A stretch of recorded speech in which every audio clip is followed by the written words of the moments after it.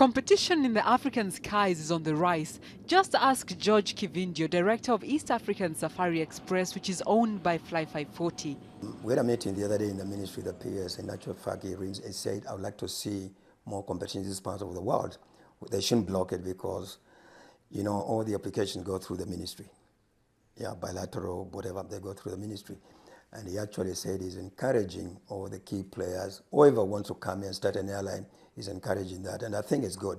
He further adds that for an airline to stay ahead of the pack, diversification of products is key, a move which Kenya Airways, one of Africa's largest carriers, has embraced through introduction of a low-cost budget line jumbo jet, which will start flying in June with fares as low as $34.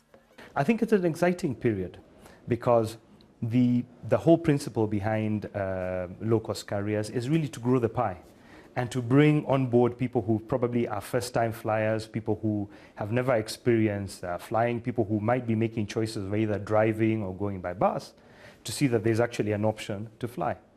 And so if you look at it, empirical studies in different parts of the world, with introduction of low-cost carriers, the market size has always increased.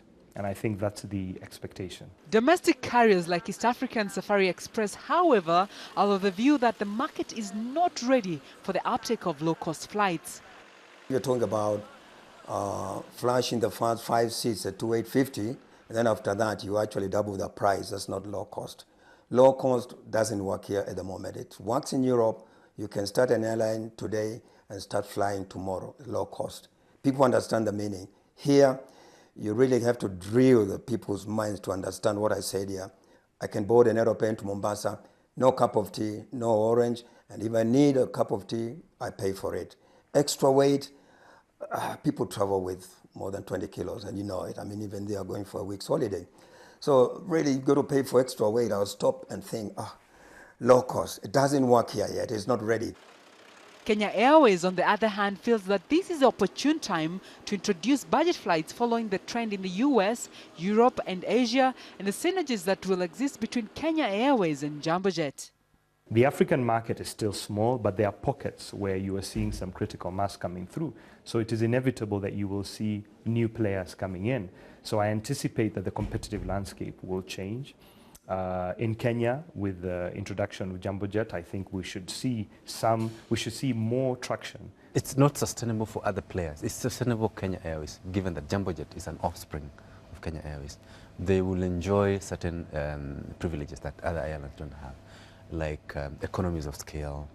You know, some of the crew that they will have will be from Kenya Airways payroll initially, until the business becomes sustainable.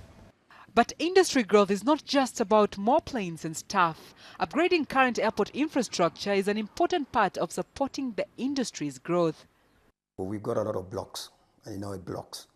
Each country wants to keep themselves like this. I mean, when you start talking about open air, you know, open sky type of operation, no, I mean, Tanzania want to protect my air service license, you know. It will take a long time before, you know, we all understand the meaning of open sky. Sometimes capacity constraints are so glaring. Sometimes there's no parking for planes, and I think there's some of the issues that will come out, especially when Kenya Airways brings a 787 Dreamliner. The first one is coming in April. By the end of the year, they will have like 5. Now, when the parking space, for example, when the parking space at JKI is not enhanced to meet this, then there will be a challenge. As the East African region positions itself for economic growth, domestic carriers like Fly 540, among others, are equally critical to support its takeoff. And as George pointed out, infrastructural improvement and political stability in the region will hasten this sector's economic contribution. With the improvement and with the stability of this country, when I look forward, I think I can see more airlines now coming in this part of the world. But the process has got to be managed, because it should not be just one way. Foreign airlines come in this country. There should be an element of reciprocal, so that also Kenyan airlines are allowed to go to Dubai twice daily. So there should be a balance.